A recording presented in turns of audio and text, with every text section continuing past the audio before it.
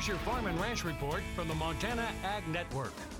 Hello everyone, it's time for today's Farm and Ranch News. And today's report is coming from the 101st Convention of the American Farm Bureau in Austin, Texas. And there's quite a lot of Montanans here in Texas this week. Joining us is the president of the Montana Farm Bureau, Hans McPherson.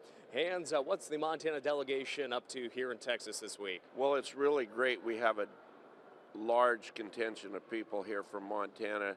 Yesterday we got to hear from President Trump. Tomorrow we're going to work on the backbone of our organization, which is our local public policy. And that's what we'll be working on and what we've done so far. Now, of course, a lot of friends at home in the beef industry are maybe wondering, what does that policy look like for the correct labeling of alternative protein products? Well, we understand that we're going to have alternative proteins to feed the world. Alternative milk also is a big issue. And so we just want to make sure it's labeled correctly, that the consumer is aware of what they're buying, and if they want to buy real beef, that they're buying real beef. They're not buying an alternative.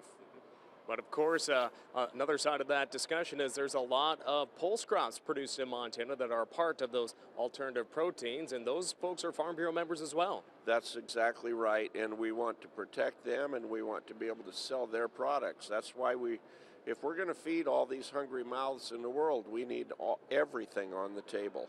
But labeling needs to be labeling is, of course, the firm stance by the American Farm Bureau and Montana Farm Bureau.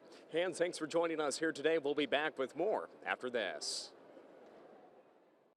Returning back from the American Farm Bureau Convention in Austin, Texas, on Sunday evening, President Donald Trump addressed the convention for the third year in a row, touting his trade successes and showing his commitment to American agriculture.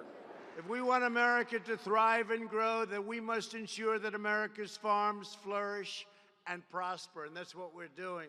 You feed our people, you fuel our nation, you sustain our land, you uphold our values, and you preserve our cherished American way of life.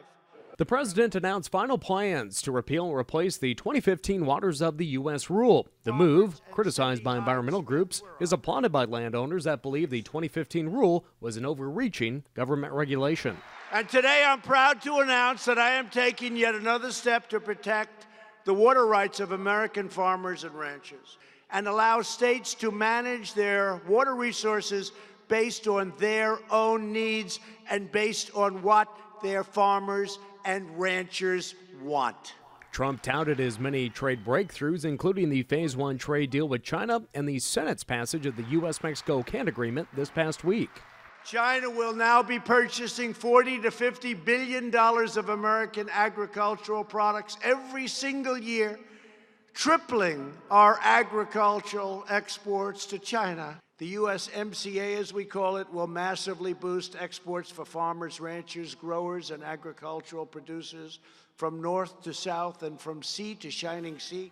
There is definitely more optimism in the halls of the convention due to the recent trade announcements, but there's also a very somber feeling with the passing of Bonnie Duval, the wife of American Farm Bureau President Zippy Duval. She passed away on Saturday after a courageous battle with cancer. Our thoughts are with the entire Duval and Farm Bureau families here this week. Reporting from Austin, Lane Northland, Montana Ag Network.